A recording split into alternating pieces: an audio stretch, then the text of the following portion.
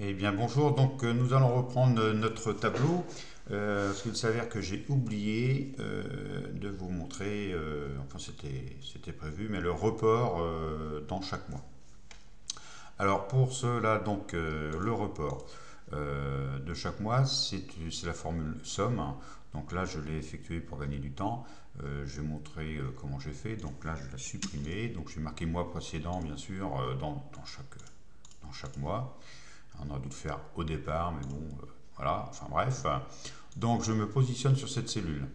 J'ouvre mes fonctions, je prends la fonction somme, OK, et je vais prendre le mois de janvier et le total fin de mois. Et je fais OK. Donc la somme qui se trouve dans cette cellule est bien le report du mois de janvier. Donc j'ai fait bien sûr cela à tous les autres mois. Donc ici, somme de février des 35, ainsi de suite.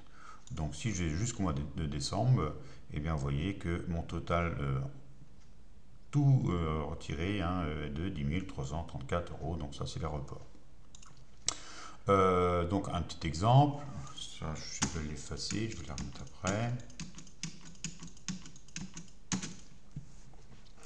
Alors la somme qui se trouve ici est bien sûr la somme euh, de toutes vos dépenses et ressources ajoutées qui ont été effectuées dans le mois, hein, ici.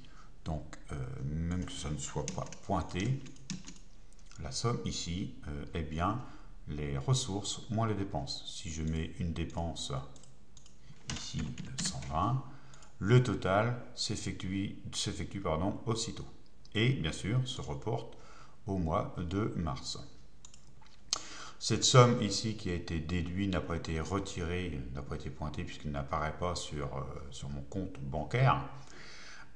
Par contre, quand cette somme va apparaître sur mon compte bancaire, je pourrai la pointer.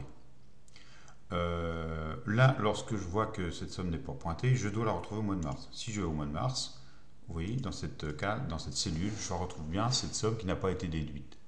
Ce qui veut dire que cette somme, lorsque je suis au mois de mars, lorsque je vois des sommes qui sont dans les mois précédents, ça veut dire qu'elles n'ont pas été retirées, elles n'ont pas été payées. Par contre, si je me retourne, je suis au mois de mars, je vois que cette somme a été déduite, et bien donc je reviens au mois de février, et ici je fais mon pointage. Cette somme, bien sûr, va se mettre au total du jour journalier parce que c'est-à-dire que je suis à moins 120 euros. Pourquoi? Eh bien parce que je n'ai pas reçu ma paye, mes allocations, ainsi de suite. Bon, vu que je les ai reçues, je vais les pointer, donc je ne serai pas en négatif, hein. Donc voilà. Donc, cette somme est la somme qui doit apparaître le jour, lorsque vous faites vos comptes avec votre banque en direct. Hein, donc à votre banque, il vous reste, bien sûr si tout a été pointé correctement, hein, il vous reste 2562 euros.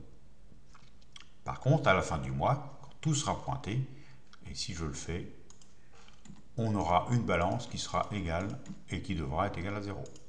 Voilà. Donc, total fin de mois moins total jour égale 0.